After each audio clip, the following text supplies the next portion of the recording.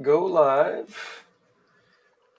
And looks like, oh, I guess YouTube here.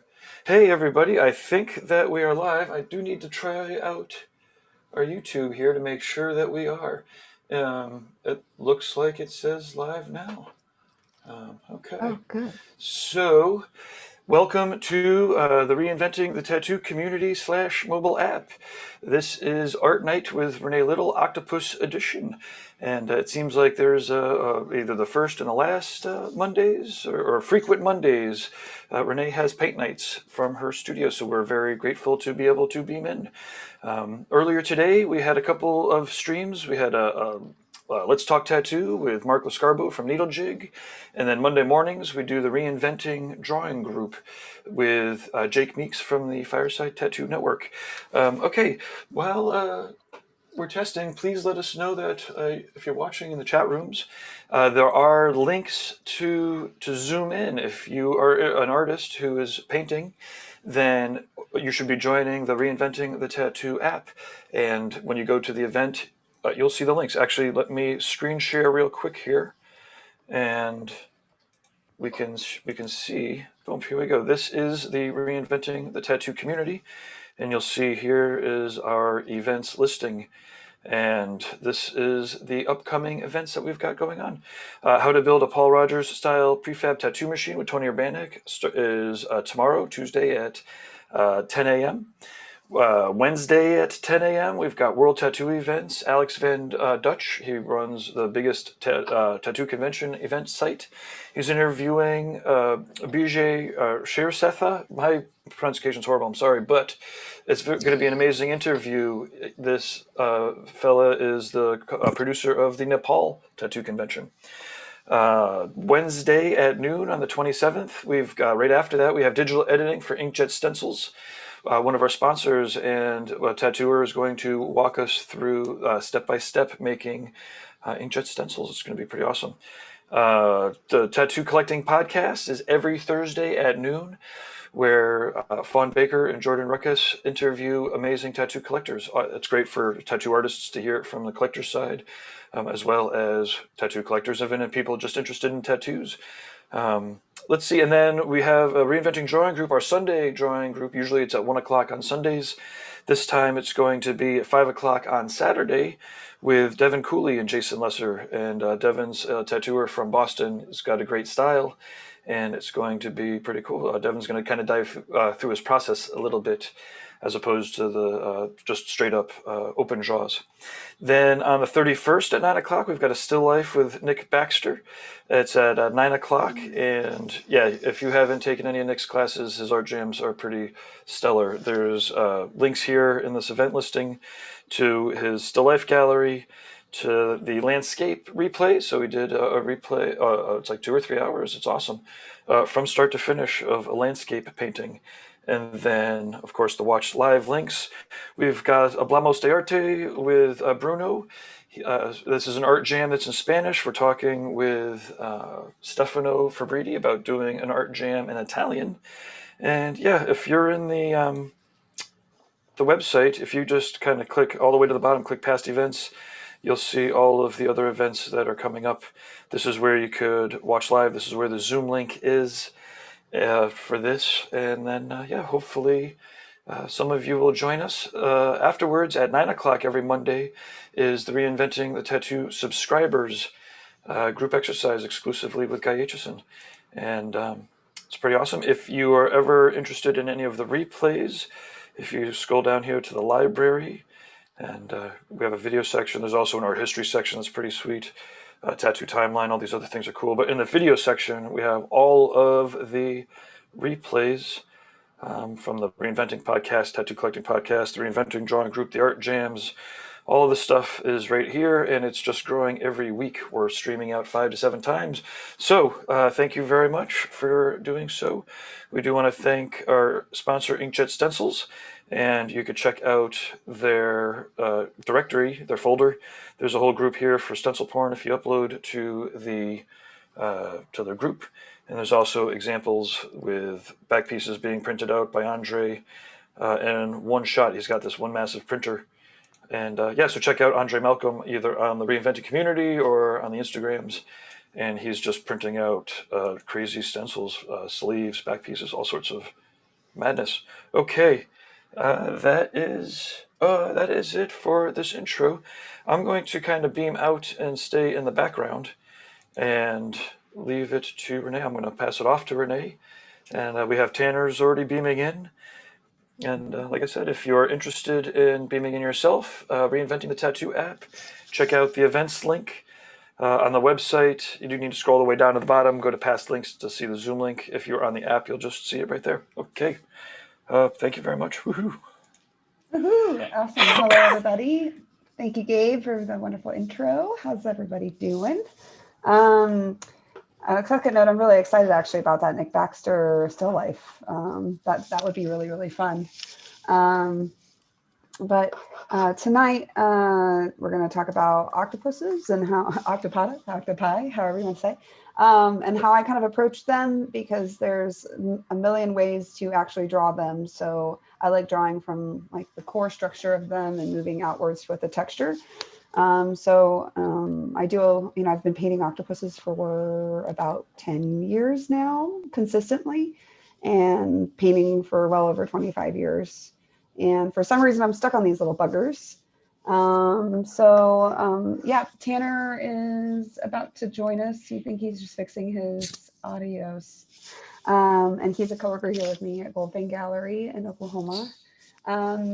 And yeah, if you're ever in the area, stop on by. You can see all my octopuses and all the other art that I've kind of accumulated over the last 15 years of tattooing. And it's pretty cool.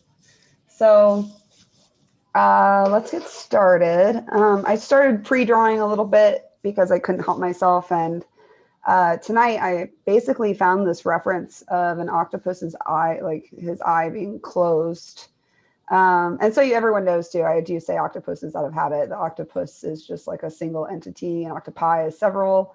But we can have fun with it because they're weird little alien creatures. And, we can give them some respect with just saying the mighty octopus. And that's why I kind of say it like that on my comments.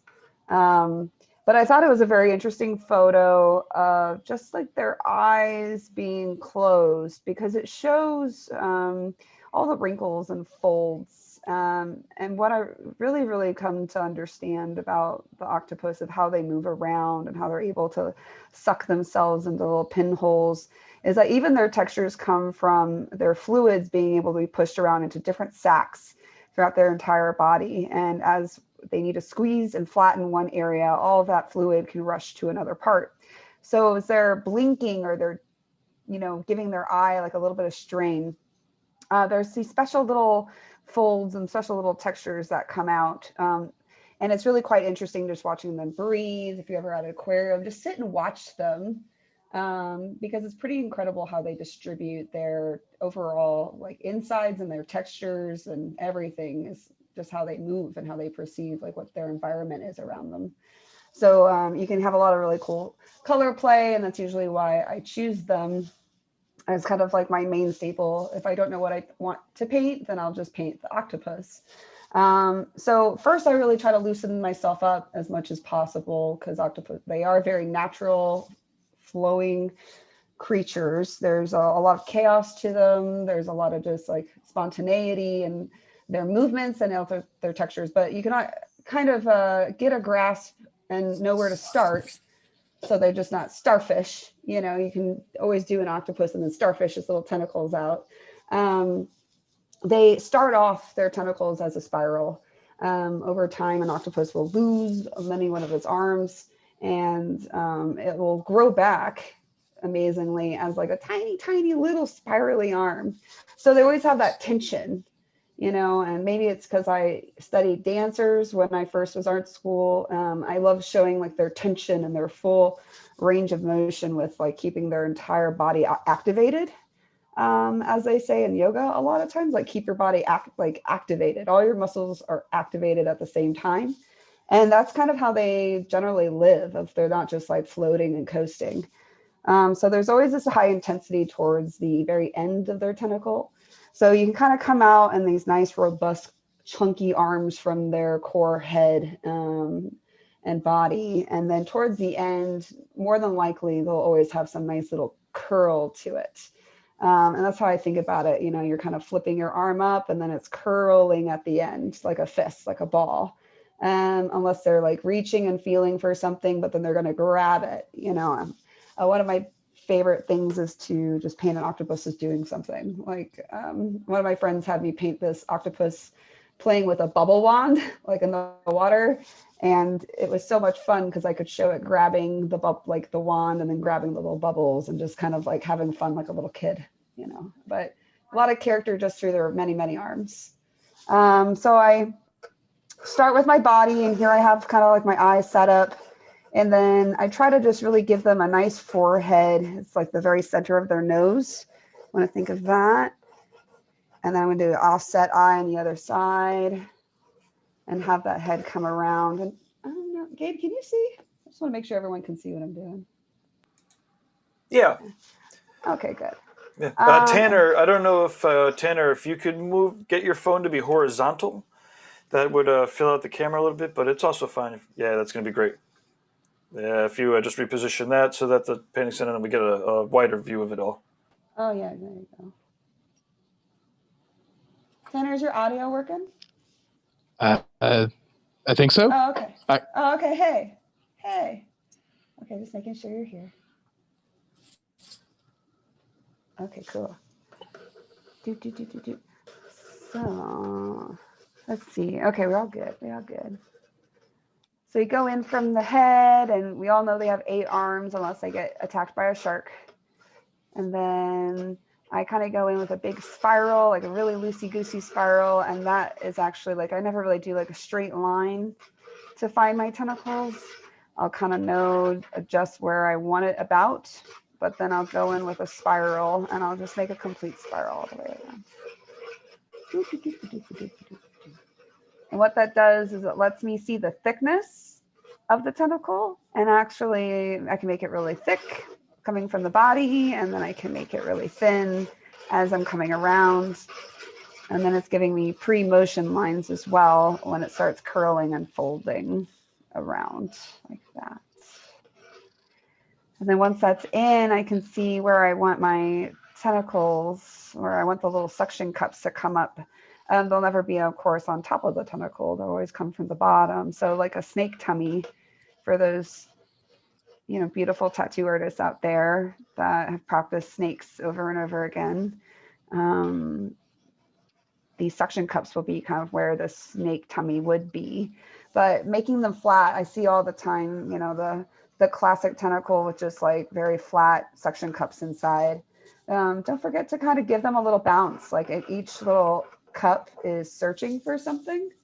So if these are your flat, you know, little suction cups and they just stagger up and down the tentacle, you know, it's octopuses don't really kind of flap-a-doo, they kind of reach out. So I kind of turn the suction cups a little bit. So even they'll be turning at different ways and grabbing for something or reaching for something. It's very quiet, it's very dancer-like, and it's very, everything's reaching and grabbing in this little, like every little form. And so I can change them, I can have fun with them, they could be facing different ways, and that gives it also more character and more depth as well, because then you can do fun little curves. They're not even perfect little suction cups. Sometimes they're just real like oblonged and distorted. So one thing that would help is it feels like whenever you're in front of the light, you can actually see what's on your canvas there, but whenever you move out of the light, it blasts it, like so this, it's real bright. Like this? Then we can change that. How about that? Yeah, if it's not blasting right there, then... How about that? How about that? That looks a little better. We'll see when you start to... How about if I do like that? Yeah, there you go. That looks much better. Like that? Okay. We can see. Cool. Yay! Oh yeah, just let me know. If you guys can't see, just let me know. You know, I can't. It looks Barry, I've got some chat room stuff here. Barry Scott says, "Hi Renee, cool. Thanks for the great advice and insights already. Awesome. They're so cool and interesting." Awesome. Yeah, if anybody wants some extra tips specifically or has any specific questions, feel free to ask. I'm always down to, pinpoint and target, anyone's concerns or they're having problems in their own painting. That's what I'm here for. Why not? All right. Yeah, Gabe, just make sure I look good. Oh, there's a typo. Hold on here. All right. So there we go. As you can see, we got this really thick base up here, and then it's winding down. And this is just one tentacle, but each tentacle will matter. Okay. So that's one. We got that real loosey-goosey, and then it starts tightening up even more and more and more and more.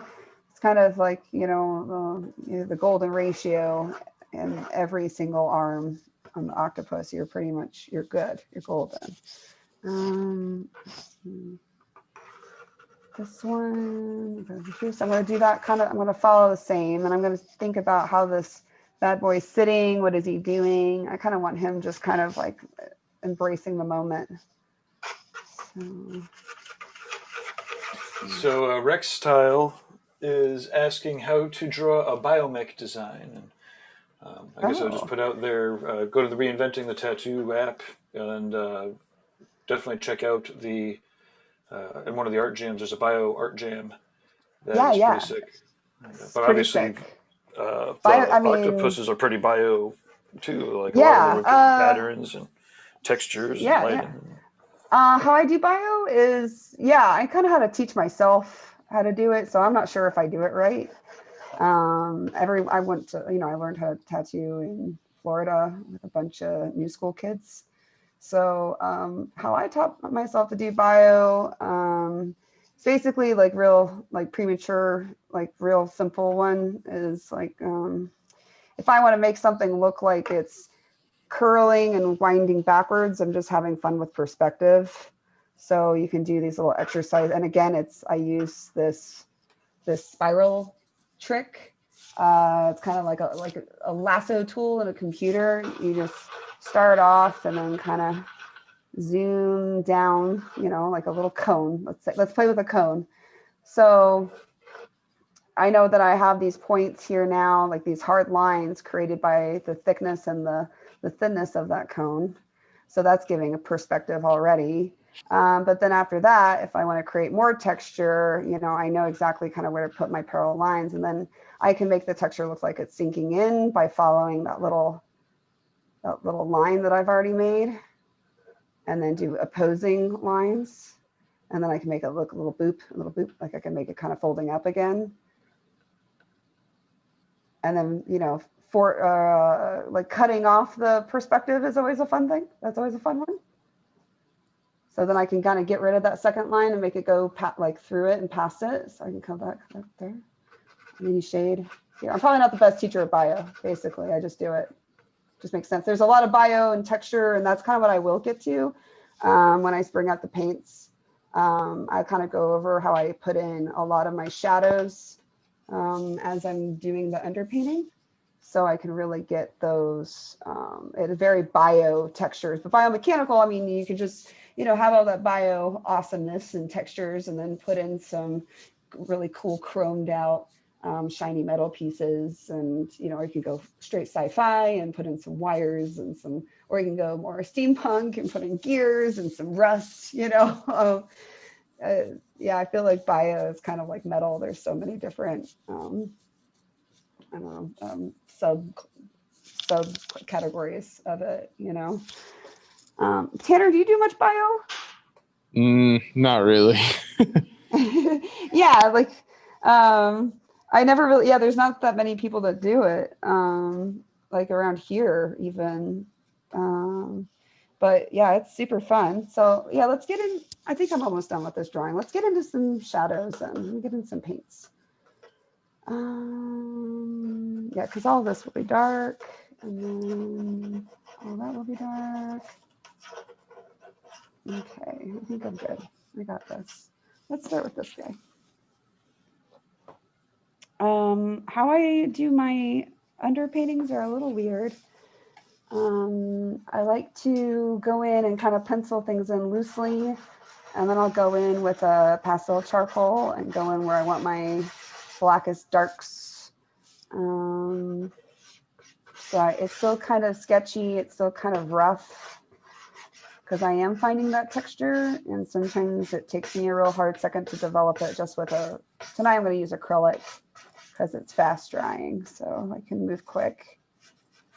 But the pastel charcoal, it acts as a chalk, of course, and then it also acts as a wet medium. You can water it down and get in a lot of textures because, it's very much like tattooing.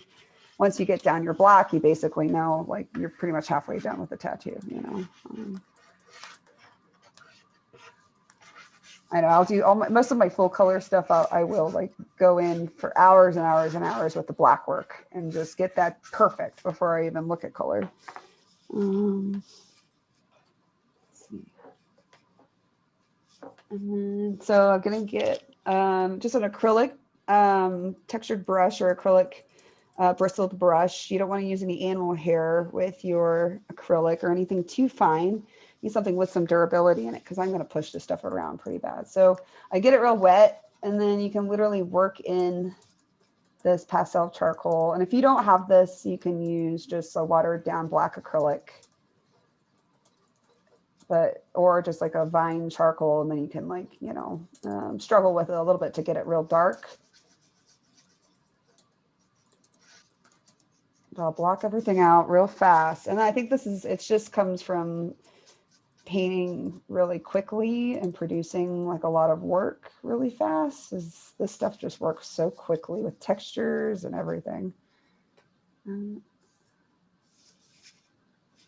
Barry Scott says, appreciate it, Loads. You're killing it. And thanks, Barry Scott. Rextile Dancer says, thank you for your great advice about how to draw the bio. Yeah, stay tuned. You'll be seeing a little bit more of it because I do want to get down like octopus textures, like how do they actually function? Because their body is crazy. So yeah, no problem.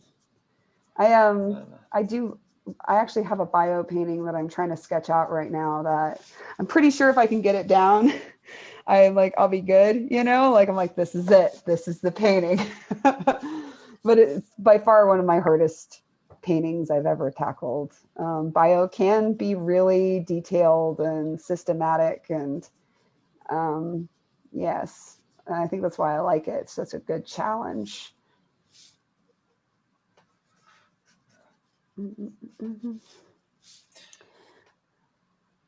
Did also want to mention in the inside of the app, there's the art lab link where you'll find a lot of exercises and a lot of like kind of experimentally kind of things, and you'll also find the collab lab where there's a group and a Dropbox for finding collabs, and it's not just for bio, but there are a lot of bio people in there, and they're finding partners and doing collaborations with each other, and it's pretty fun to watch them, pick stuff up, and people are learning, and it's pretty sick.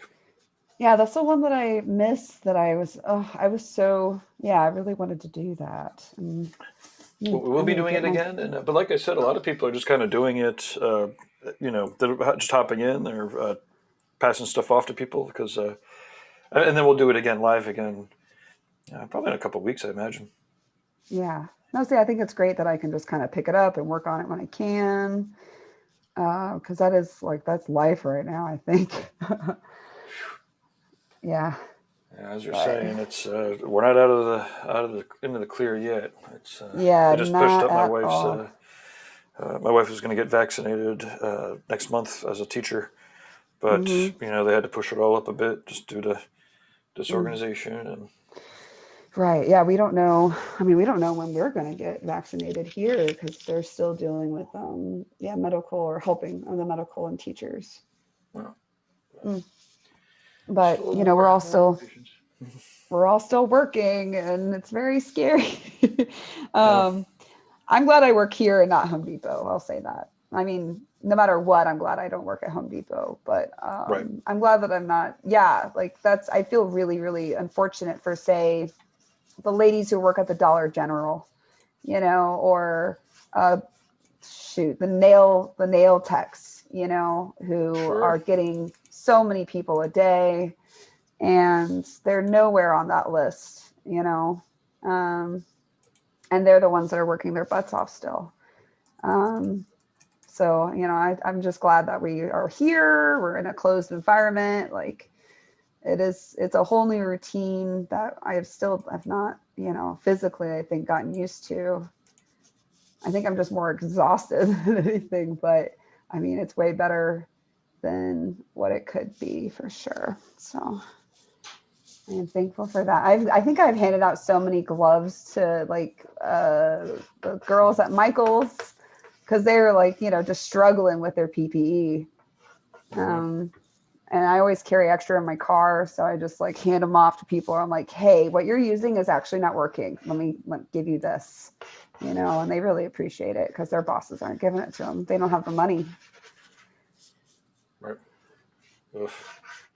Ugh. Yeah. Ugh. Oy vey. Okay. Oh yeah, I'm liking this guy. Everyone else is probably like, what is she doing? And I'm like, don't worry, you'll see it. This is what happens. So I think I'm like more of a relief painter. Like I really love just like building out of things. Like I like getting like a whole board really black and then building up from that, but like leaving little spaces here and there. Let's see. And that's why I think I am a little intimidated about collabing, but if I can work on it at my own pace, then it's okay. When I'm next to someone, I kind of like, oh God, I'm sorry I paint this way. So I did an art fusion at Hell City, which I cannot wait for. I really, really am so excited about. Just, I don't know, a convention that will happen when it's safe. Yep, 2022. Absolutely, very excited to. So excited. Also have the time to be able to properly plan for it. Mm-hmm. Oh yeah, I mean, we all better be on our A game because we've had all this time to prepare. Yep. I'm designing a body, like a full back for some guy who wants it done like the whole weekend. Awesome. And so I've got plenty of time, to do that. Well, that's for Arizona one. For Columbus, it'll be my first year, and I'm like, I don't know anyone in Columbus, Ohio, but I'll make it happen. Oh yeah, Columbus is. Well, I'll be there. There's a ton of. You'll know a lot of people there. Frank goes there a fair amount. Yeah. It's It's a fun. It's a great show. I've been going there since. I think I missed the first year, and then maybe a handful of years in between then and now. But that's great. Durba is meticulous. He's got every detail covered. Oh, it's great. It's wonderful. Yeah, no, I really respect that man a lot and what he does. I respect most people that are able to put on a convention, but then also like he does put on one that's just very, yeah, you're right, very meticulous. He's a creature of my own soul. Yeah. Very few people will. Just be able to see the details that he can. Never mind go through the effort and energy, and invest the time and money and all of that. It's that's great. It's great. Yeah. No. Yeah. He's yeah. I respect that a lot. And then I mean, same thing. Like him and I both have had like plenty of times to work on our studios during the shutdown, and even during now, like all this time that we're not doing conventions. And I'm just constantly like giving him a praise, like his shop is looking great. He's really like bringing together a lot of artists in a lot of different ways. And also just like really coming at the tattoo industry part of it really, really well. And, you just got to respect all those things with the eco-friendly and everything. It's pretty cool. Absolutely.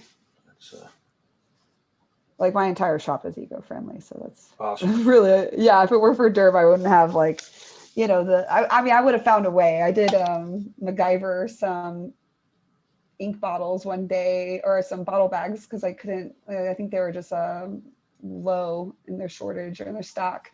But yeah, we have like clipcord sleeves and bottle bags and ink caps and all that good stuff. It's great. When we had a shop, it was once a month we would try to find one thing to switch over. After a year, it became like every other month. Yeah. But it's definitely worth doing for sure. No, any day of the week, every day of the week. Every day of the week. Oh yeah, and now, I mean, now it's time to just tighten up the business too. I've been really kind of going through, and yeah, once a week I've been trying to see like what do we not need, you know? Because I know I'm an over preparer, and I think I definitely just got everything that we could possibly need in the first year. But I mean, it's been cool because then I know I've had everything really nice and accessible. Oh, I did actually just get that giant printer that Andre uses. Oh, no shit. Yeah, Awesome. and he was super helpful. I hit him up, asked him about paper, and Cool. yeah, he hit me back up, and it's gonna save me, because I mean, yeah, it's gonna save me hours and hours. I finally, pushed the, I finally made the decision after it took me 2 hours to put together a stencil for a back end, because it was so complicated, and we just had to keep resizing and addressing all. And I was like, this is so stupid. What am I doing? Fuck it. Yeah, fuck it.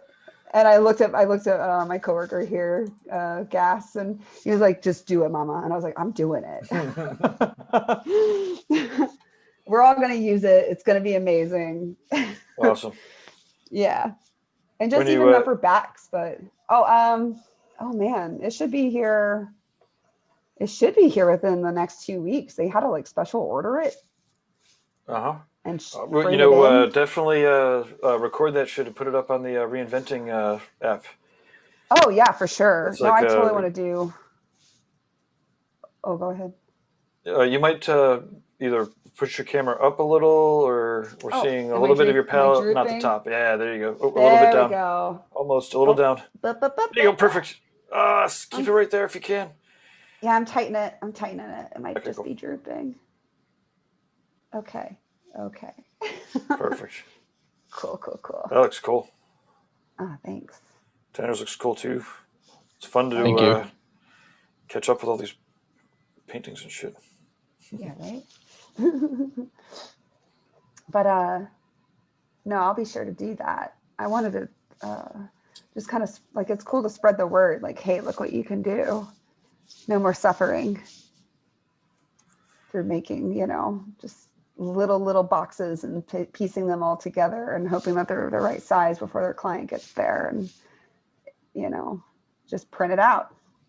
Well, it's so easy. Okay. I think I am just sinking a little bit. I'll just keep doing it.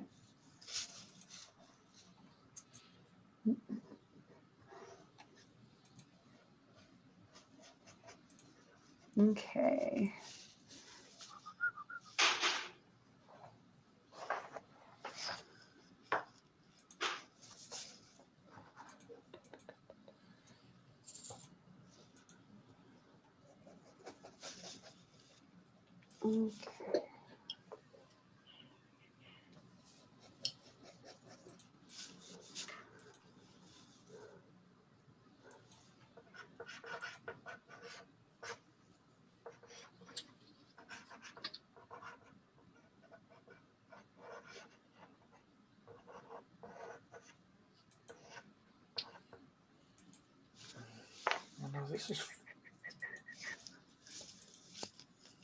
I'm using a color picker where I can't actually paste the hexadecimal fucking code for it.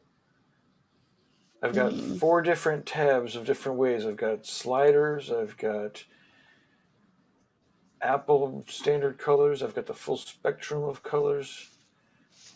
What is it you're trying to do?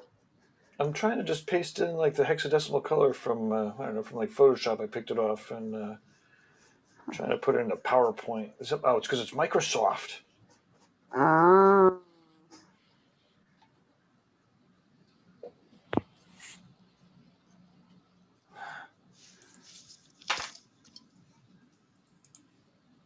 Yeah.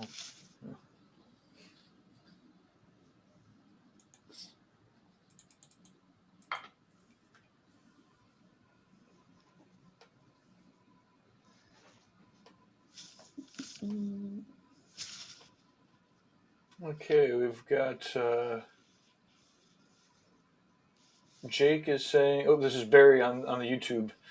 So grateful for all this lockdown time we have here in the UK. Can I ask, Renee, please, what black are you using there? Is it acrylic? Oh, you see this little guy, this little nugget? It is a pastel charcoal, and it comes in a huge pack, like a couple long bricks of it.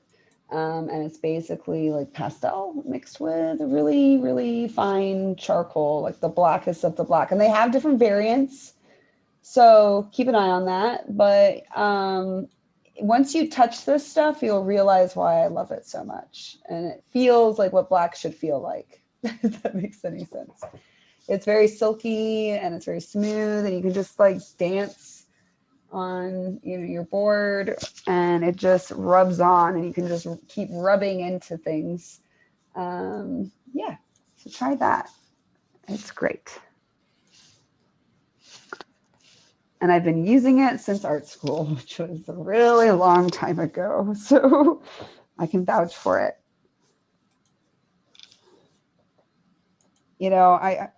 For years, I always felt guilty. And now most of my, professors are, moved on to greater worlds. So I can say this. But I mean, in art school, like there's this thing, like you just end up with so much art supplies when you graduate for some reason. We all did. We're like, how did I end up with this entire packet of, watercolor that I found at the back of my locker or something. And I had like a pack of pastel charcoal for years that I had so much of it, and I just kept going through it and through it and through it that it was like never ending pack. And just recently, like I would say in the last like 5 years I had to buy a whole new pack of it. But it lasts forever. Like you'll just keep using it and using it and using it.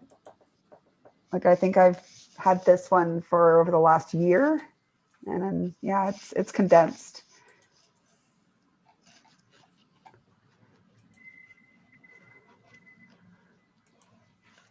Okay. So right now I did kind of go crazy, and I'm changing my angle right now because I want him to be a little bit more coy. So I'm going to move his eye over a little bit, and that's what I'm doing. And I'll be done with that in a second.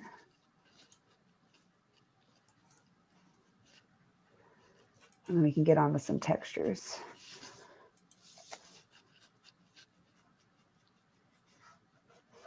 Tanner, what are you using there? Is that acrylic or is that oil? I can't remember. It's acrylic. Oh, nice. It's super bright.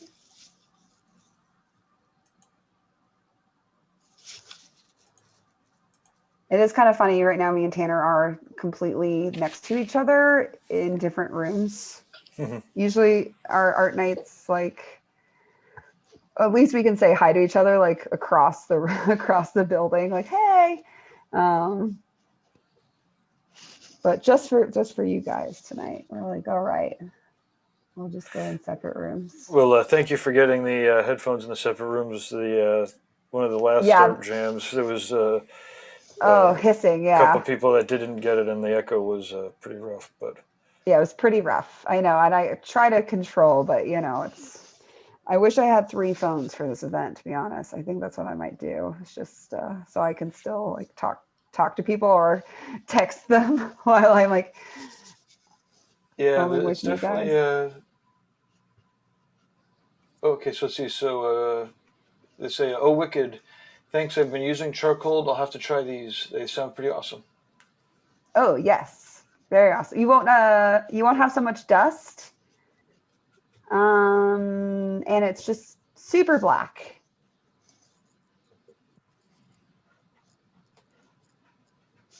Oh yeah. Okay, I'm getting my shape of my octopus. I like him. Cool, cool, cool.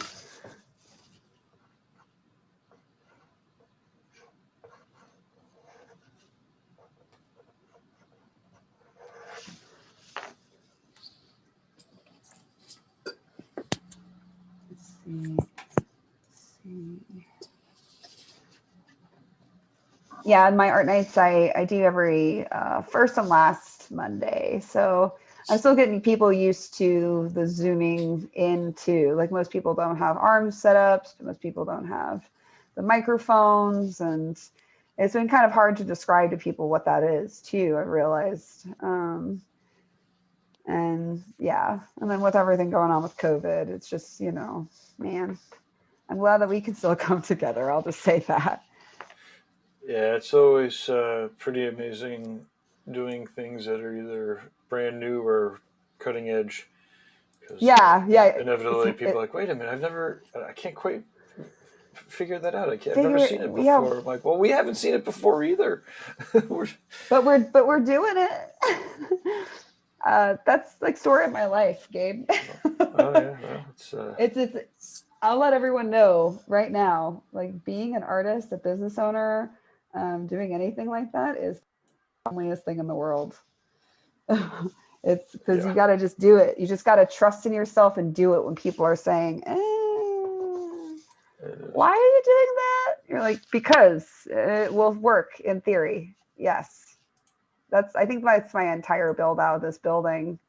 It's like an old historic Oklahoma building, and now it's like an Art Deco, really cool Nice. creation space, but everyone doubted because it hadn't been done before. But, whatever, here it is. Yep. Mm-hmm. Okay. So already now what I have is I kind of did like a really cool, like very washy, very blurry version. And so what we're going to do is really tighten it up as we come out with our textures. So you can see that this is going to be like the backdrop. It's going to be pushed back and really kind of fuzzy because I'm going to put a lot of watercolor through that to make sure it looks like we're really going to focus in on something. I really have a couple different techniques of making a composition really flow really well. And I kind of naturally do it now, so I'll just show you real quick with my brush. But Tony Moore taught me this, and he does comic books, and you can kind of see this size of canvas is very much like a front of a comic book. So it's a real simple grid of just 2 lines and then 2 lines. That's the most simple way you can do about it or go about it. And so you can see like our main focal point adds up right here and right here. See that little boop, boop, the little twist. And then the same side, boop, boop, kind of matches up with this little tentacle over here. And then down here, I'm actually going to hyper focus right here because this is the front of the tentacle. And then this is going to be pushed back. So same thing, it's kind of a boop, boop right there. And so that creates a nice simple flow throughout the painting. Now these grids do get more complicated, and you can look them up online too and say like grids for composition grids. Yeah, and they just really help, if you're going to spend that much time on a painting, you want to make sure that you're getting it across the right way. And sometimes we need tools. I always, have a problem with like tangent lines and like just merging things together, that kind of helps also avoid that. So I'm a sucker for, using a color wheel and using grids and just using anything that I could possibly make the best painting as fast as I can. Because I have I think I have 1,000 unfinished projects right now, and that's okay. I'll get them done eventually. So I'm gonna start building up what's in front of me and what's, oh yeah. Can you guys hear me? Yeah. Okay, I think I got my headphones working. Oh, good. You just need to Perfect. charge them? No. I found a way to hook them up properly. My phone was about to die anyways. Yeah, right. I know mine was like non-existent when we first started. And Gabe, that's what I was bitching about, is that all my phone chargers just decided not to work. Yeah, Mm, computers are. They're the devil. They make us angry. Their goal You is to know? make us quit. Yes. Yes, that is true. Yes, human. You aren't smarter than us. Just quit. Your life will be easier. You know it. Yeah. You know it in You your know heart. it. Yeah, just give up. Just give up. Sin. Give up. Become complacent with your life. Fucking computers. Fucking computers. Yeah, did you ever see that? There's a Portlandia episode where he's like in between a laptop, an iPad, and his phone, and they call it like the technical hole. I think that's me like every Sunday. Oh, yeah. Ugh. And you just can't get I out of it. hate when I got the iPad. It was like, fuck. I think I've got like all the devices, like one of every size. But they're all useful. I use all the different sizes. But I got like I got the watch. I got the phone. I got the mini iPad. Oh man, I you got got the the iPad watch. Pro. Got the portable. I got the fucking desktop. I barely know how to use them. I should take like an Apple course or something. And I'm not like a religious Apple person, But they're so brightly colored that I need them.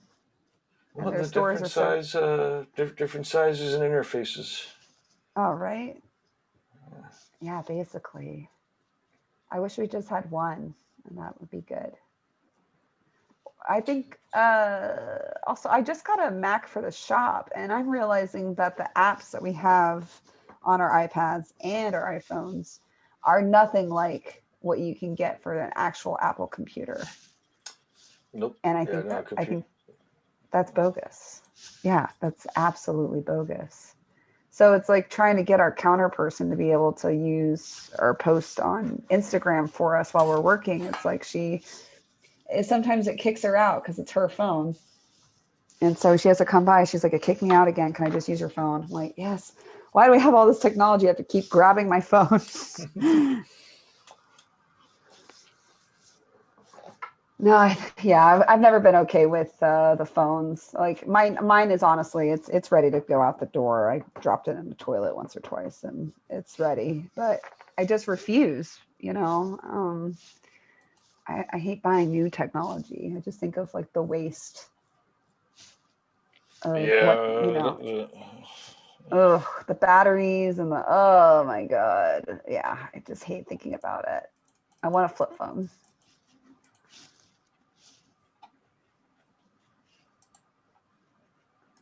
Okay. So I always kind of like, think about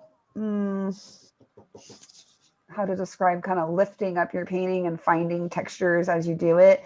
Kind of like contouring.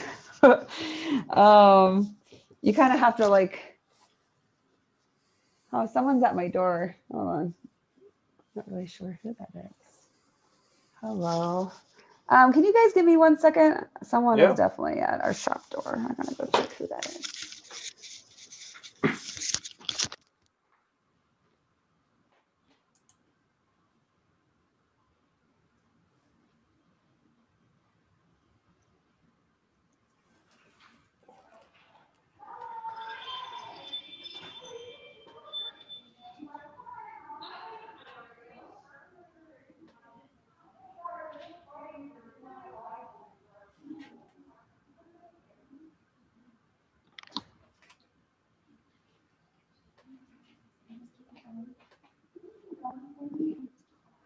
Yeah.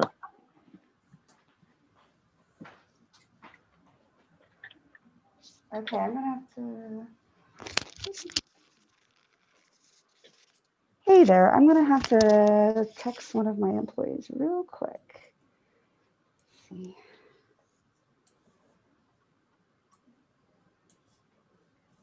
Surprise guests.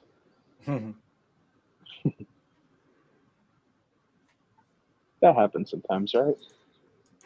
Oh, yeah, all the time. Oh, let me go get their name.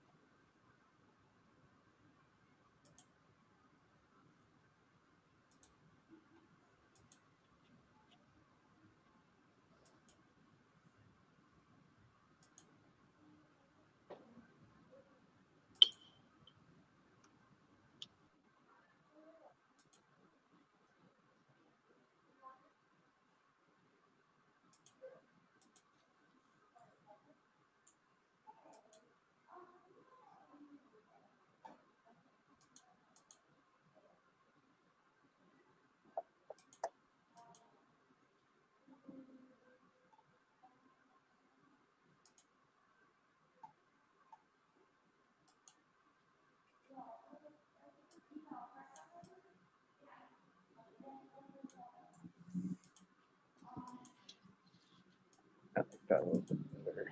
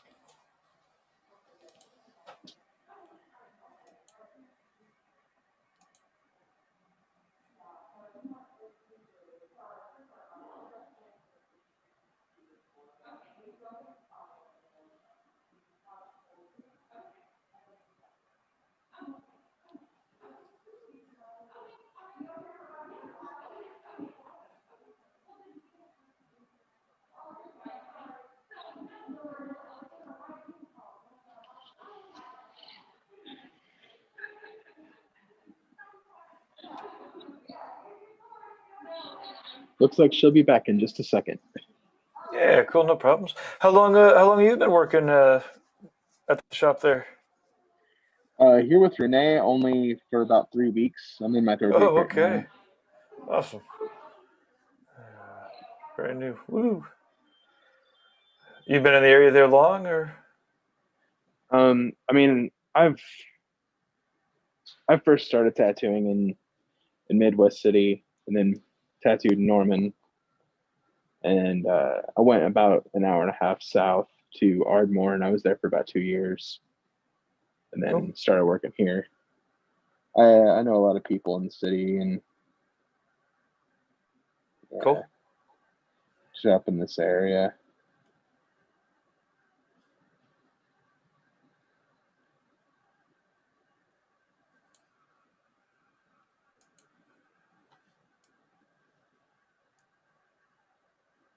It's fun to be in a shop that encourages doing art. Yeah, no, for sure. That's something that I haven't really run into, like since like I don't know, for my entire career basically. The only time I was well, ever really encouraged to do art was during my apprenticeship, huh, and it was more of like a you're required to, but it didn't really take much pushing. I just did it anyways. sure. Yeah, no, it's definitely always well worth practicing. Yeah, I mean, it's amazing sometimes how many shops don't necessarily encourage it, but yeah, it's always it's practice should be required. I mean, it shouldn't Oh be required. People should just kind of like inherently want to, right? Yeah. yeah, for sure.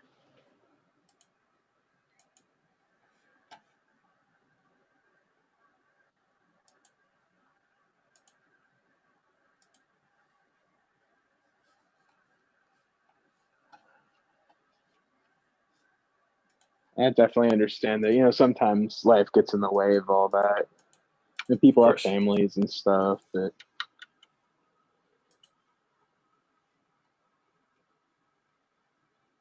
Family would be one of the main. That family, okay, that's understandable.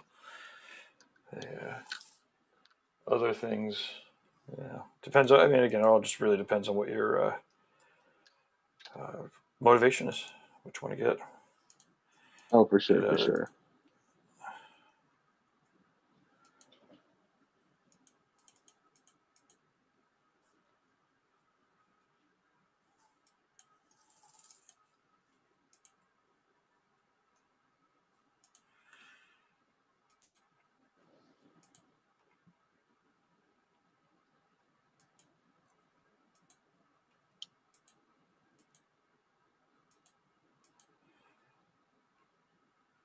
I'm working in PowerPoint, and I kind of know it, but I don't really know it. So I'm like just clicking buttons left and right, trying to get shit to do what I want it to.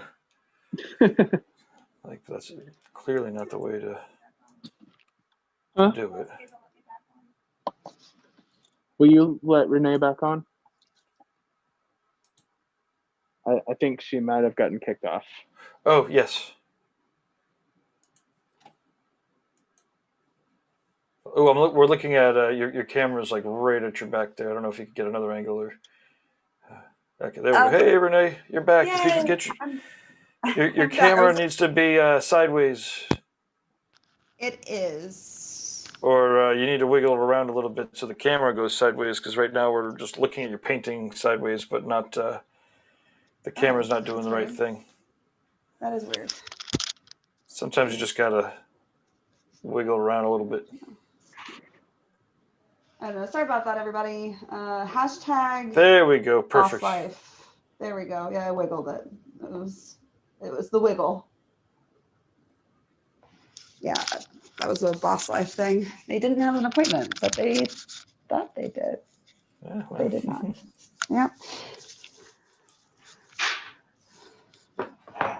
And I'm like, oh wow, there's a lot of you. What is going on? Nope. Yeah, dope. Here to get some tatties. You're ready to get some tats. Time to get some sick tats.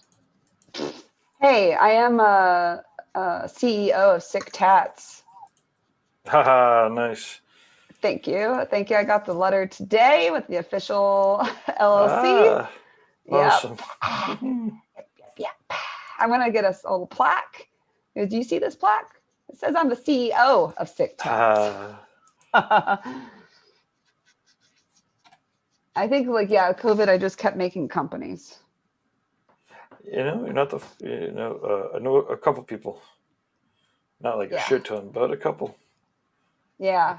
It's, It was time. It's been really nice to develop things that I've been wanting to develop. yes. Yeah, absolutely. Some of them were out of necessity, but I guess that's how business happens sometimes. That is pretty much the way that rolls. You just solve problems for yourself, and then other people often will need the same solutions.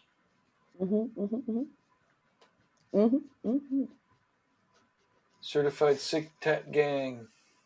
Sick Tat Gang. Oh, it's spelled with a Z, like in everything. I'm gonna make some cool butt patches. Just say Sick Tats, and it's SIK. Let's see. Okay, so Barry Scott says, I think it's wild how common it is not to be doing art within tattooing. I do it with or without others, but it's such a good drive to be around like-minded artists and to have access to things like this. Absolutely. Yeah. Thank you for watching. Let's see. Drunken Yoda has some cheers, thumbs ups. Andrew says hi. Hello. Hello. Connor Foley said hi a while back. Hello. Fernando likes the posts from Needle Jump. Oh, thanks. Thanks, Fernando. Oh, and the Oliver guy. I wonder if he's going to pop in. Oh, yeah. Hey, Oliver, pop in. He always has cool stuff going on. He absolutely does, yeah. He's been doing cool. They do a bunch of a lot of Germans get together and do an art day. They have like 9 people or something. They're all in lockdown. But oh, we lost your video. I know. I'm sorry. Someone called me. Oh, no worries. Yeah. Oh, I don't know how to stop that. Painting time, says Andrew. Andrew, are you painting? If you're painting, you can zoom in. Head on over to the Reinventing the Tattoo app. Or the community.reinventingthetattoo.com, and the first event there will have the link. Yeah, come and join us. Drunken Yoda's always in the chat rooms. Oh yeah, are you guys hosting a drink and draw? Is that a thing? We will be hosting one again. Yes. You will. Yeah. You're on the list. You're one of the main motivators to make it happen again. The last one was 9 hours. So I can do it. It was. So could we. Just because we can doesn't mean we should. But it got in the. Actually, I was just checking out Tattoo Society. There's he put a little article or a little blurb in about it. So, yeah, we definitely have to do another one. They're very fun. Yeah, it was the holiday edition, so some people have a New Year's Eve that lasts a day or 2 or 3. We had a holiday drunk critique that the hangover lasted fucking 2.5 months. Oh God.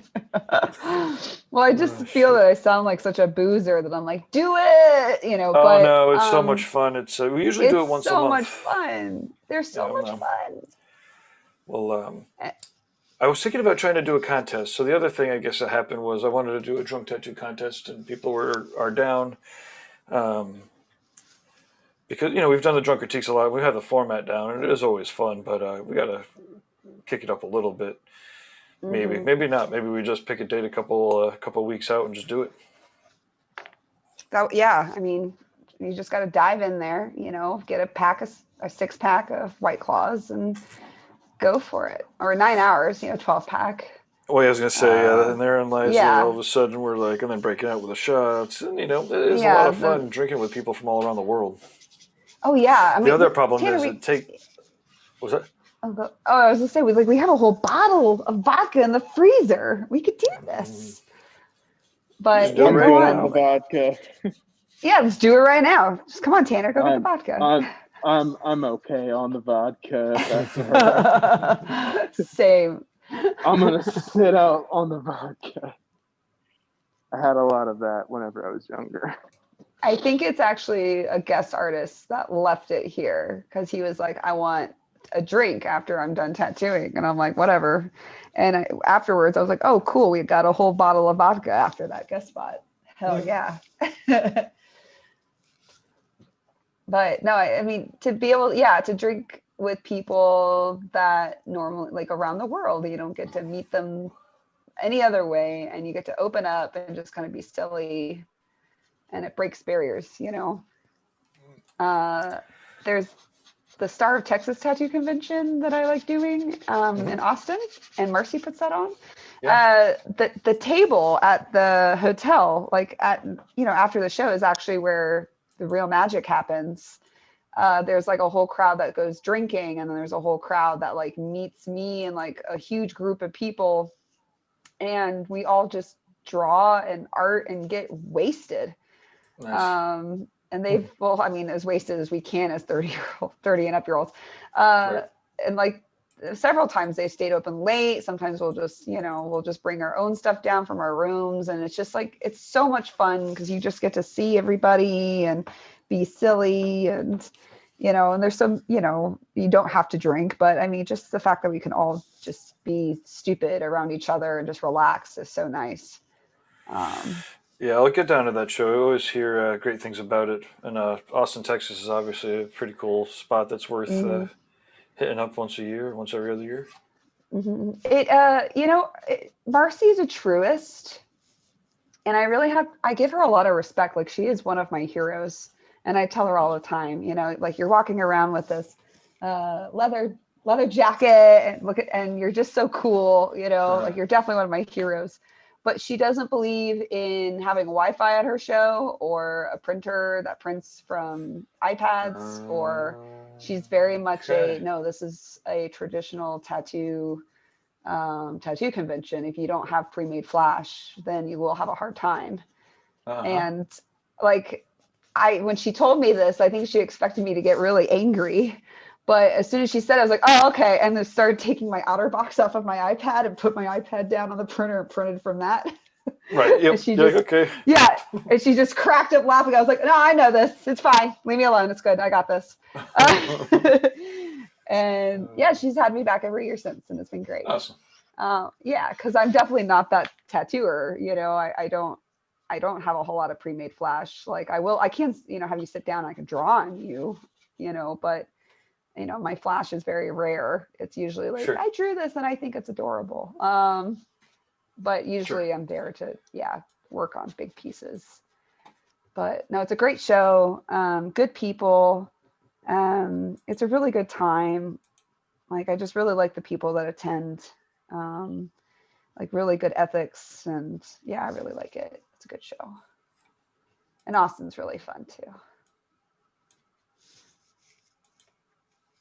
Let's see.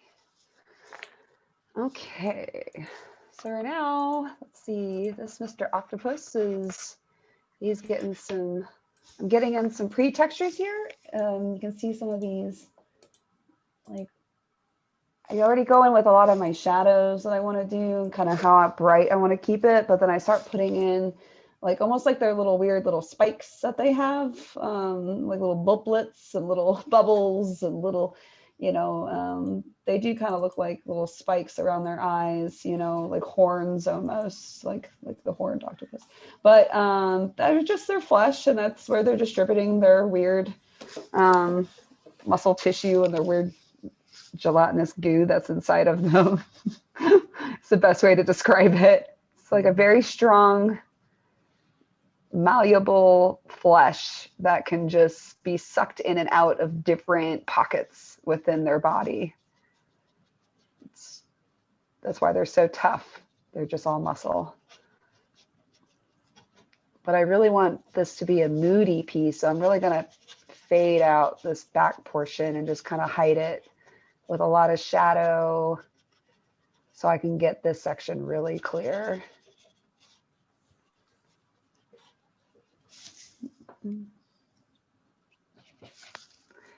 Man, and I miss the Villain Art shows too. I know that they're doing some coming up, but I still wonder if they'll, what they'll do, if they'll keep it going or they'll shut it down beforehand.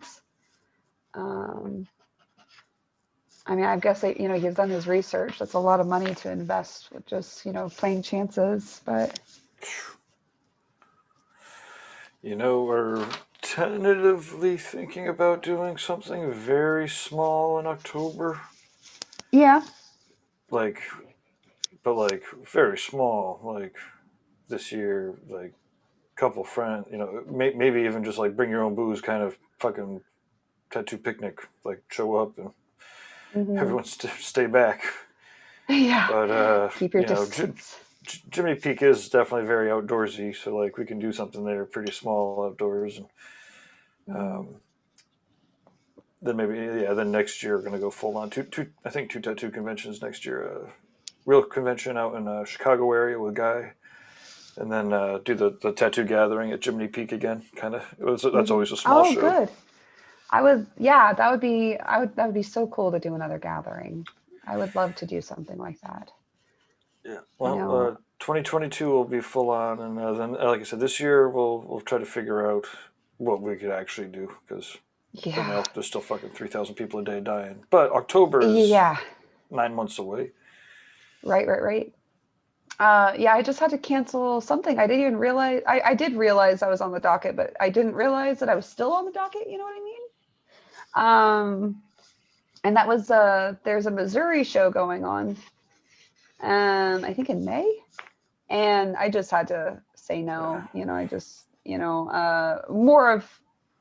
I hate saying no to my friends and like being a disappointment, but in the same regard, like I can't even. Like, I think that's a huge step to say something that you believe in without saying anything by gathering right now for me. And I was like, no, I have to quarantine for 2 weeks afterwards if I were to do something like that. And I can't afford that with my business. Nah. So I mean, personally, I'm just like cruising until 2022. I'm not going to do shit. It's going to be awesome. Yeah. Yeah, 'cause I'm a fragile being. If I get sick, I'll die. Yeah, don't do that. I know, right? I can't do that. You have the Brussels show in November is presuming I can get vaccinated by July, August, September-ish. Mm-hmm. Got Brussels in November, like mid-November. That is Okay, nice. 10 or 11 months away.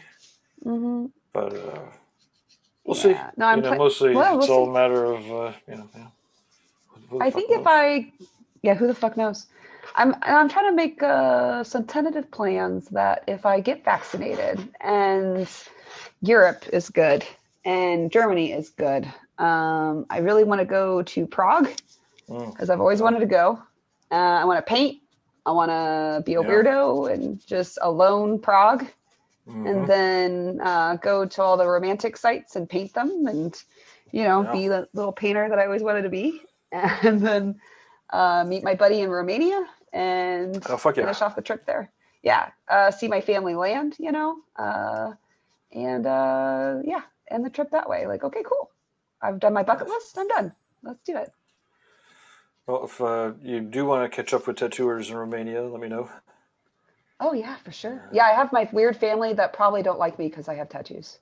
Kostya was over in Bucharest for a tattoo convention not too long ago. I heard that they were taking actually one of Vlad the Impaler's castles and making it into a tattoo convention. Oh, he came wicked close. You went? No, I was co-produce. I was going to co-produce that show with Kosti. What?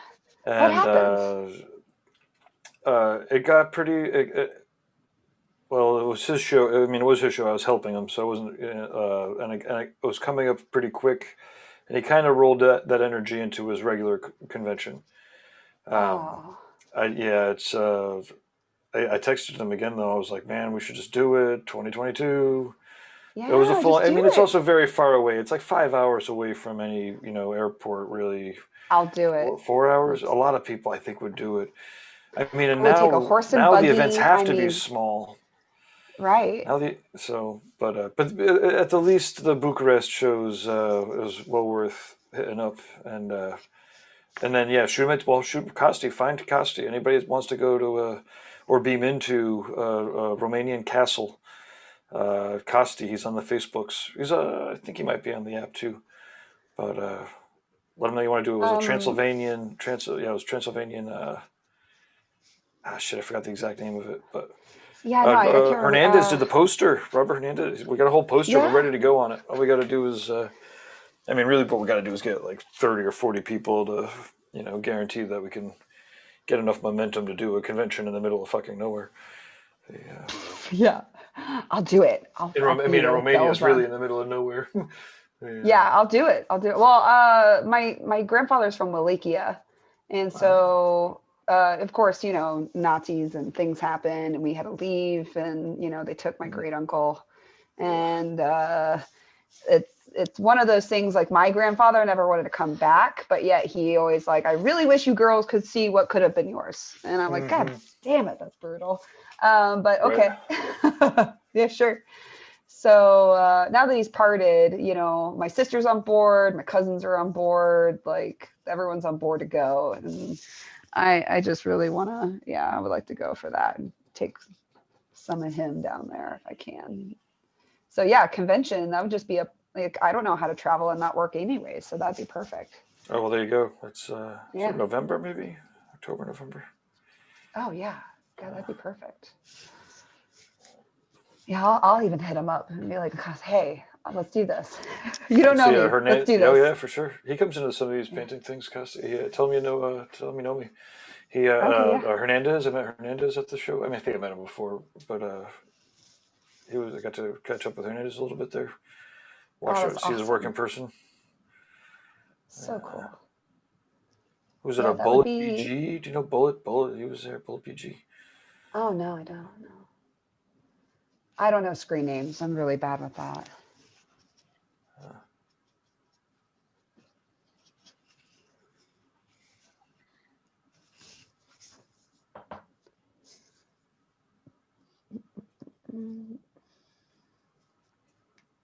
Yeah, no, there's so many potentials of cool things to happen once, if we ever get to, you know, get back to a gathering with safety type practice. I think like there'll be those who like still want to stay shut in and those who will be like just absolutely ecstatic to get outside. And yeah, I mean, I'm like, I've always been a shut in, but I'm kind of like, it gives me a little bit more confidence knowing that everyone now is having a little bit of issues getting back to norm. And so I'm not the only weirdo. Like, kind of makes me feel a little bit more comfortable going outside. But right now, oh my gosh, we had a bum today. Like, I was talking with my neighbor. We have a Thai restaurant next door to us. And we were just sitting there chatting. And this crazed homeless man just like took his mask off and screamed at us like, fuck you. And we're like, this is what we deal with. This is why people are still dying.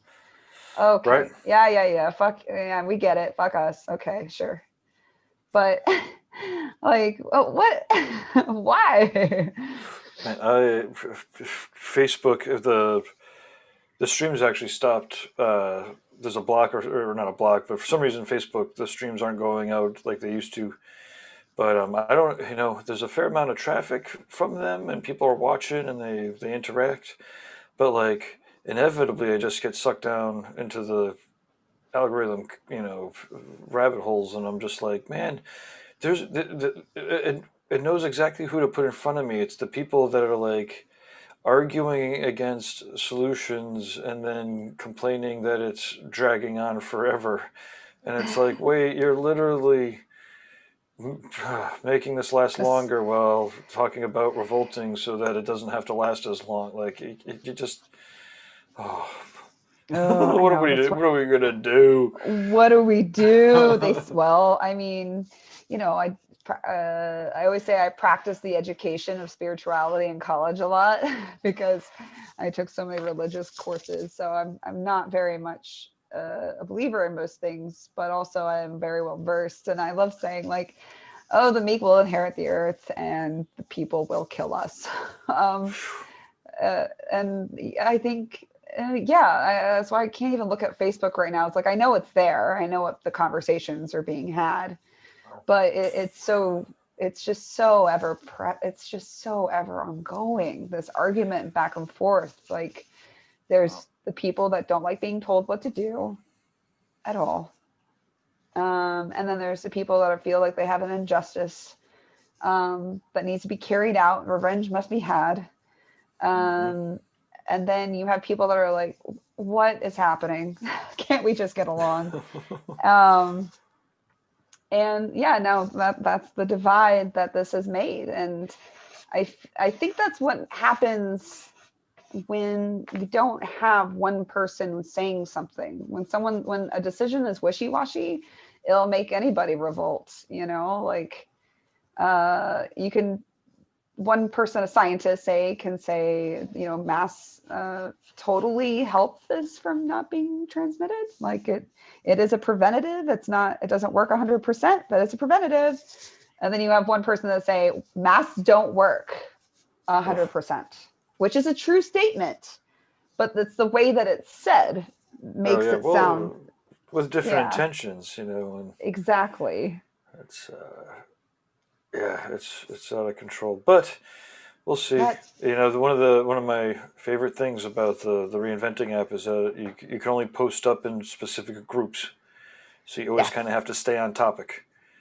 yes, And there's no politics or food topics. Although we might yes. make a food topic. We'll All those definitely make still it lifes, you know. for the still lifes and for travel, or mostly for travel. Probably have like a travel, you know, Oh, that would be good smart. spots to land at, kind of a thing. Hmm. Yeah, for the still lifes. I mean, I always get hungry when I'm doing my still lifes. We Yeah, did a yeah. donut one not too long ago over the summer. Oh, very Christina cool. Ramos, she works with Hmm, Sean hmm. Barber. Oh, nice. It was a very good looking donut. I wanted to eat it. I wanted to eat it. That's what it's like for. Very cool. Okay. All right. Can everybody see what I'm doing? We've got, Here, let me, let's see. Yeah, very clear here. And then subtly fading in the background.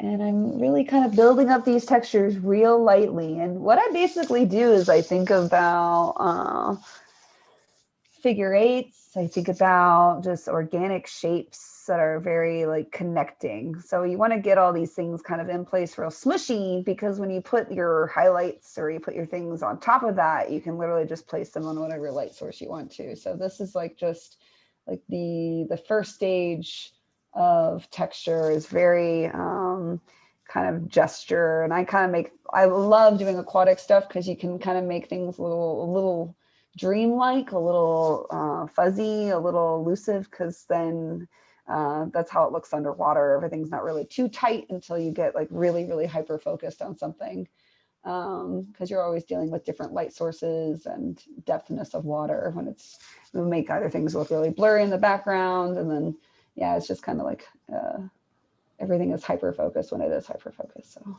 I like showing that real defined foreground. And underpaintings, holy moly, what a saving grace.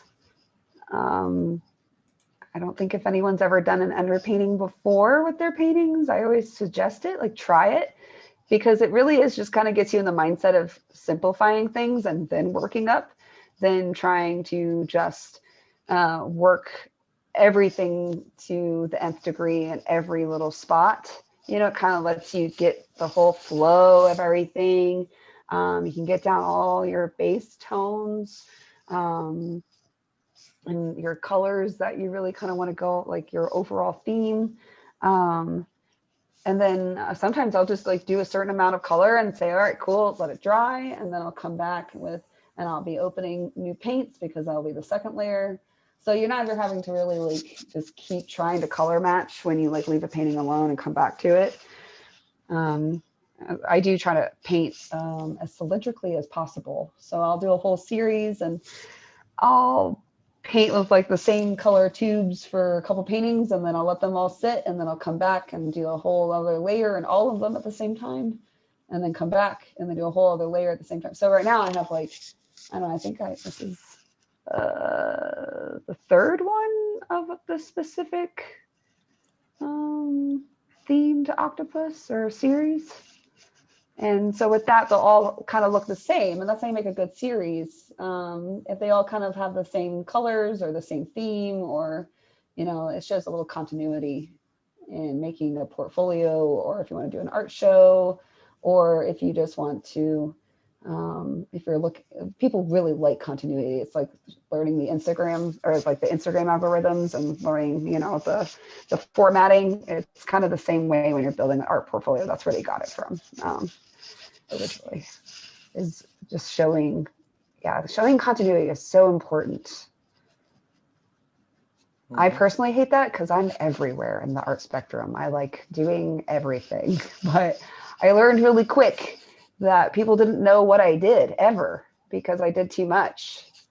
Was it Andy Warhol? Or was it Basquiat that said if you change, people will hate you? I think it was Andy. I don't know. I think it was Andy. But it's very true. And just on the side that they can't figure out what it is you do, so they don't know how to ask you to do something for them. You know, it's kind of walking up to one of those Taco Bell Pizza Huts and just asking awkwardly, "Do you have coffee?" You know, what do you have here? So it kind of helps too if anyone's trying to like put on an art show or work on their digital media or wanting to just make a series of paintings. Try just using the same colors. Try using, you know, the same brush even. I'll do that sometimes. I'll just use the same brush for the whole series, even if it's like down to the stub. There's something about it that I'll just keep using it. And it has the same textures everywhere. It has the same look. There's nothing too off. And it just kind of gives every painting the same kind of storyline. I love that. If anyone has any questions too, feel free to ask. Or I can just Bob Ross it and talk about like, oh, and over here we're gonna make a little tentacle. Little devil over here. Oh, it's a little devil over here. You guys ever hear Bob Ross say that? Like he calls things little devil. Let's see here. Amy Ward says, "Hey, having fun watching your process. Thanks for the good thoughts." Oh, thank you, thank you.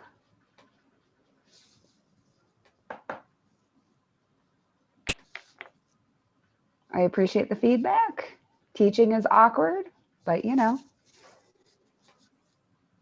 it's fun regardless. Over 100 viewers at this point. Yeah. Oh, cool. Hey, everybody. What's going on? We're here in Oklahoma. Probably got like 15 watching now total through the, but Oh no, that's nice. That's funny.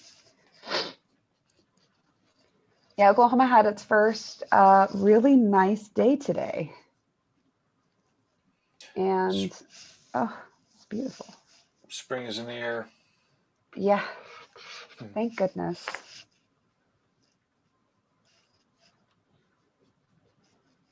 It's just good to see some sun.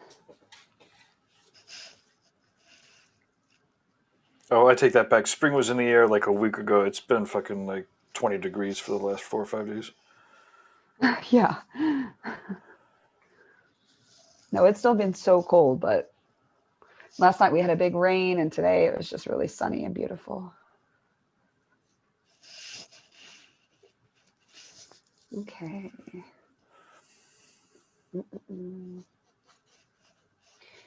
Yeah, so I kind of have like my really good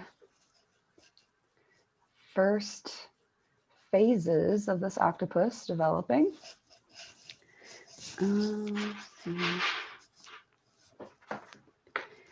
Okay, let me do a suction cup real quick because that's always fun. A little bit more weight.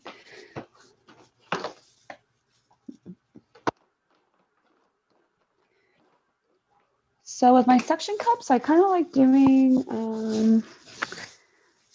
the inside first.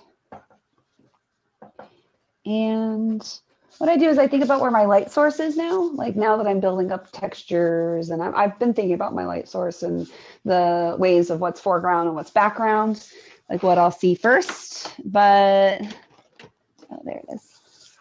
Now I'm going to start really thinking about more dramatically, like, am I, like, say, if I'm a scuba diver, am I the light source coming up on this beast? And that's usually what I do.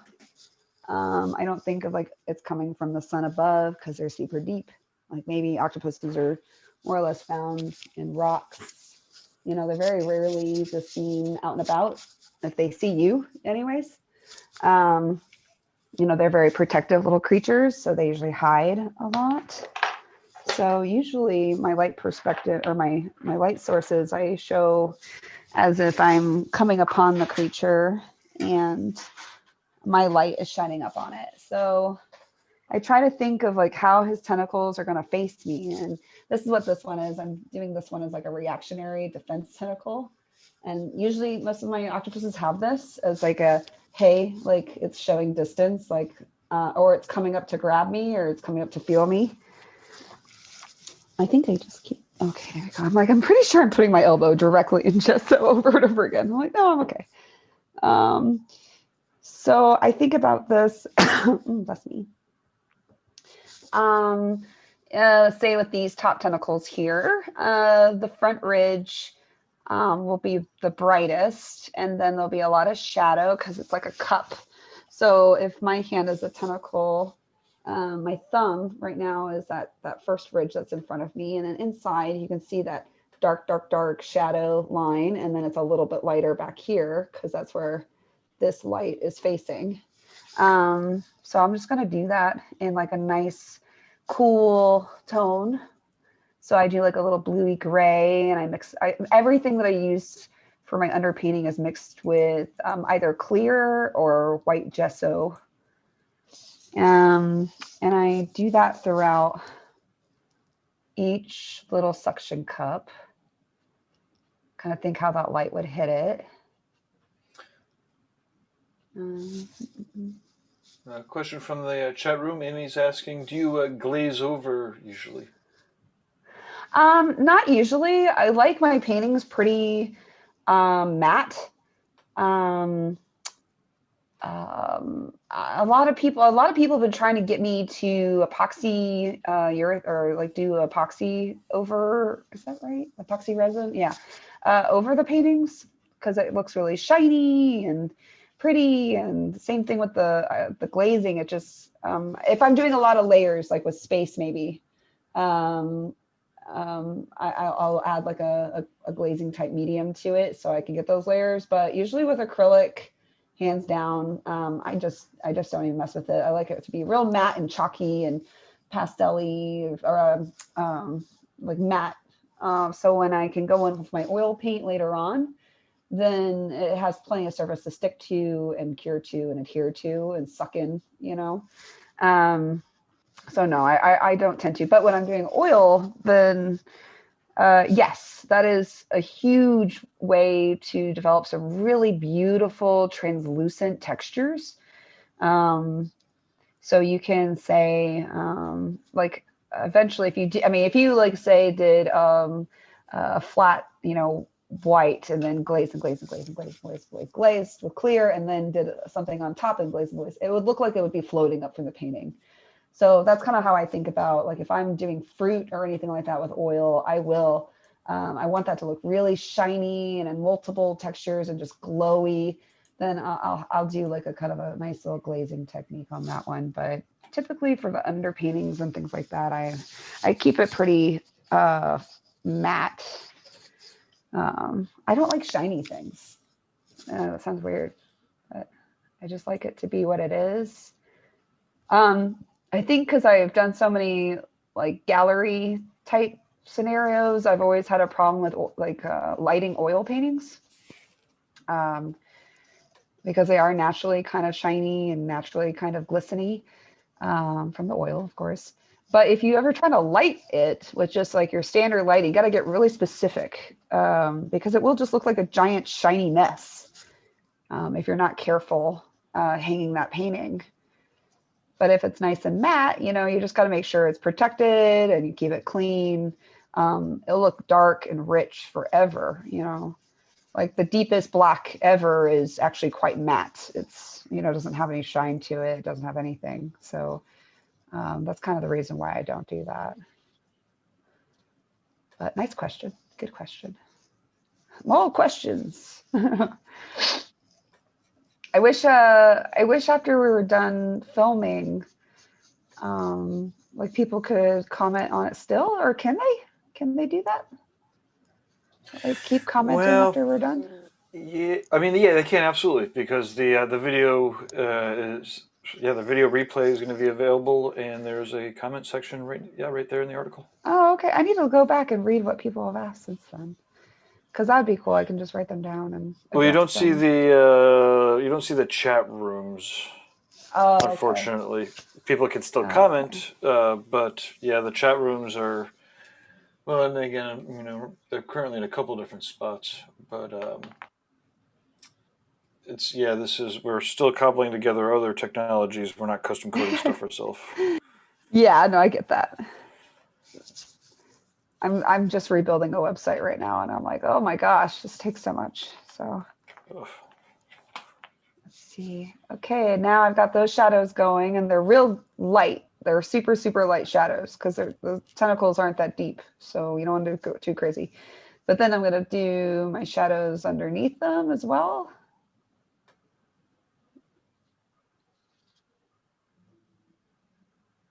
And I'm just thinking about how my little light would hit these guys.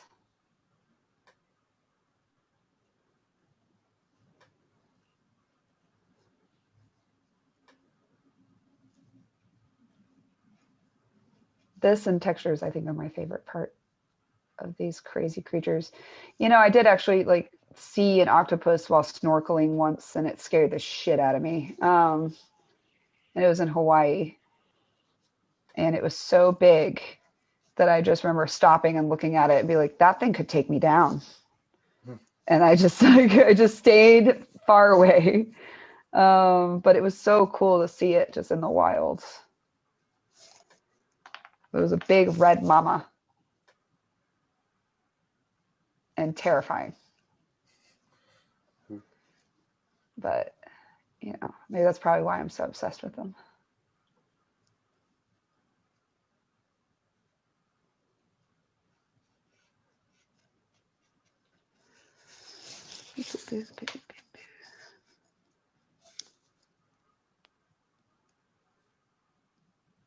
Okay.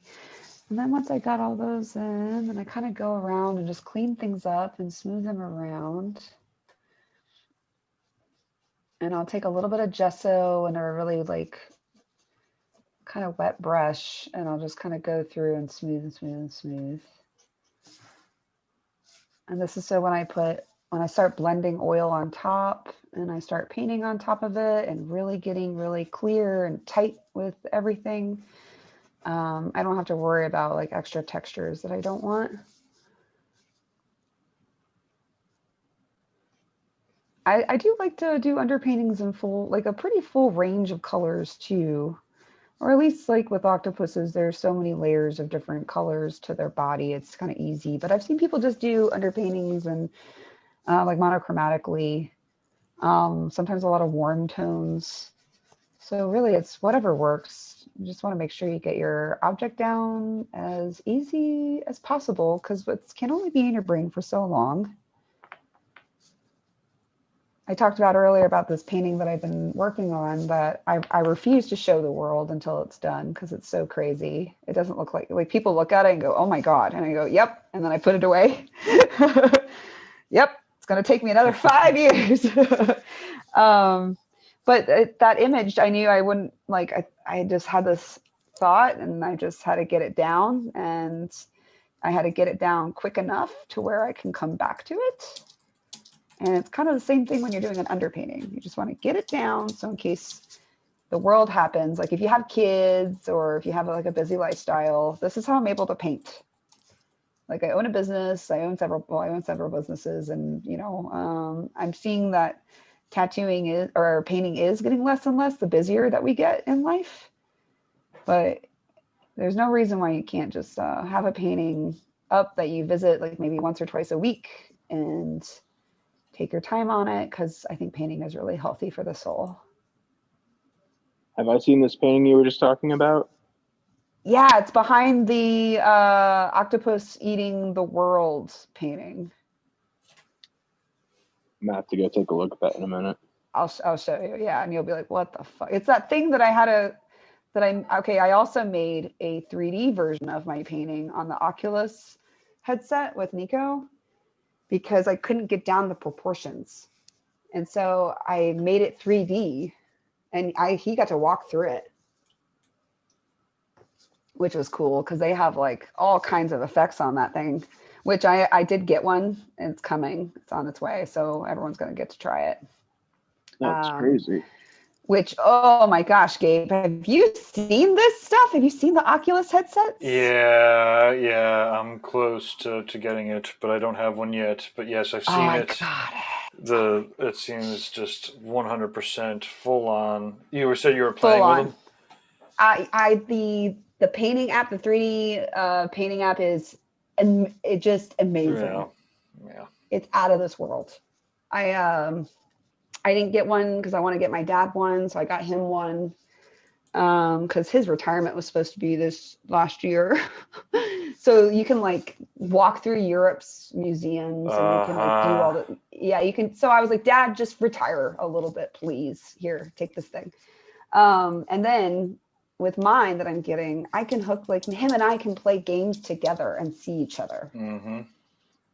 And that's all he's wanted to do is like, I just want you girls here so we can play games and like eat dinner and like, Awesome. So yeah, I'm getting my sister one now because she's, not pulling the plug and just buying it. So I'm gonna buy her one. And then yeah, we can all like play shoot 'em up games together like the old days. And, Awesome. kick ass.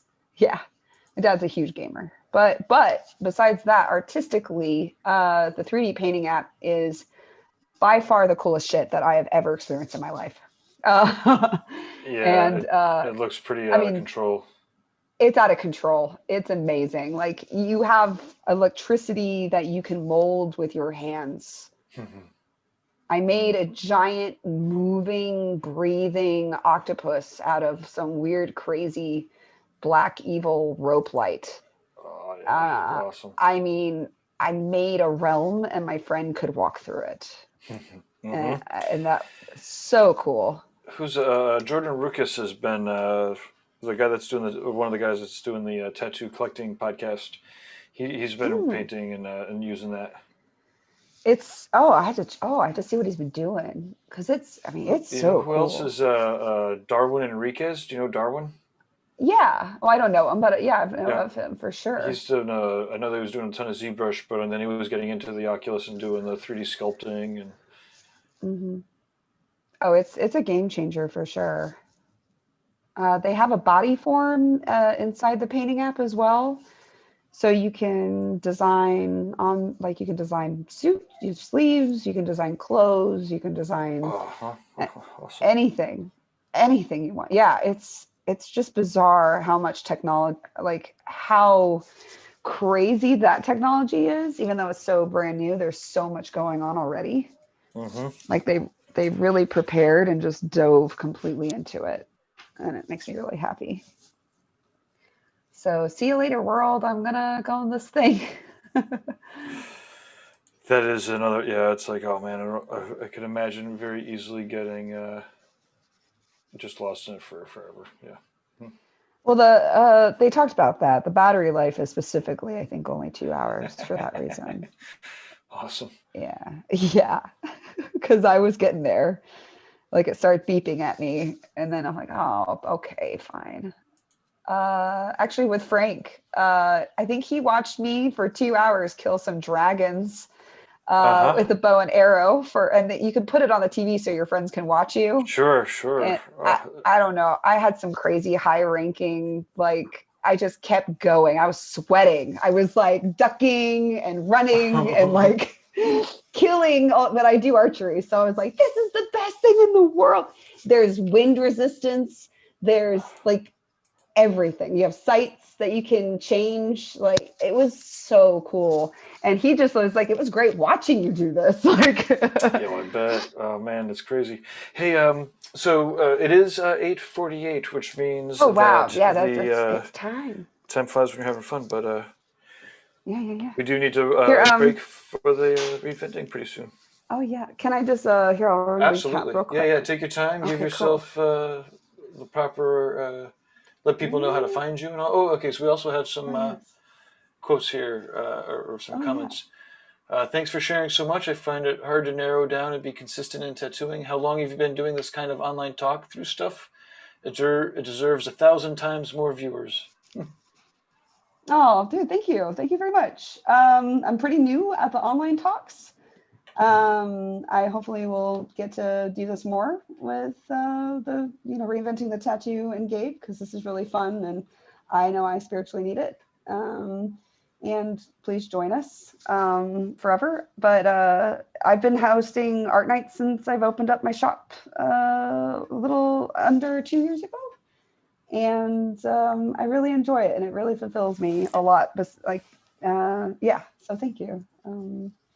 You can also find me. Sometimes I'll make live videos also and post them, or time-lapse videos and post them of what I'm doing. And I'm on Instagram. It's Renee Little Tattoos. Or you can find all of us under Goldfang Gallery under Instagram or our website, Goldfang Gallery. But I try to be as active as possible on my Instagram, besides the Facebook, because the family's on there talking about politics. I try to at least give some kind of instruction of what I'm doing, because for years I just assumed I didn't know what I was doing. So, but now it's like, oh no, I can actually help people do this too. So yes, please, more the merrier. And I do want to show real quick, just to catch up. I did get to a pretty good final underpaint layer. I didn't get to do the eye at all, but you can see like very, very dark layers, and just kind of building up so all the light comes to focus. So where we want to bring our eye, and then putting in his little textures. I literally just put literal blobs of white paint. That's all it starts out as. And then after that, you can just do details and have fun. But textures are literally fun. You just kind of go with the flow, follow some designs, and then boom, you got magic. You have organic textures. And you can take that from anywhere. So that's my quick advice for how to do organic bio. Awesome. And you'll have to give us any more in-progress paintings up in the Reinventing app, because you've been updating. You know how to update to it. Oh my gosh, I know. I need to. We'll definitely want to follow the progress of this painting. Oh yes, absolutely. That'd be awesome. Okay, yeah, that sounds good. And then Tanner, you want to give everybody your contact info, and we'll show off your painting, and then. Yeah, sure. You can just find me on Instagram at Tattoos by Tanner Pratt. It's all one word, no underscores or anything. And then I've got this skull octopus thing I've been working on. Let's see if I can. Good light source. Cool. Very metal. So. Yeah, that's metal. Yeah, Tanner. it's getting there. Thanks. That looks cool. I like the bubbles coming up too. Sweet. I like the glowy tips. Yeah. Yeah, I like that. That's cool. Yeah. Awesome. It kind of reminds me Thank of you like so much, Gabe. Again. Yeah, absolutely. That reminds us we should definitely be going. If anybody's part of the Reinventing the Tattoo subscriber base, 9:00, just head on over to the app or the community. And otherwise, we will catch up tomorrow at 10:00. Is the building of Paul Rogers prefab tattoo machine with Tony Urbanek. Everyone's building a tattoo machine by hand with hand tools and shit. It's pretty crazy. Wednesday, History of Tattoo Conventions. Yeah, just check out the event schedule. And thank you very much, Renee and Tanner, and we will catch up in the future. I'm definitely down with helping webcasts. These are very fun to do, and someday we'll have 1,000 more viewers. But until then, we'll just keep having fun doing it ourselves. Exactly. But, cheers. Well, thanks again. We'll talk soon. All right. Thanks.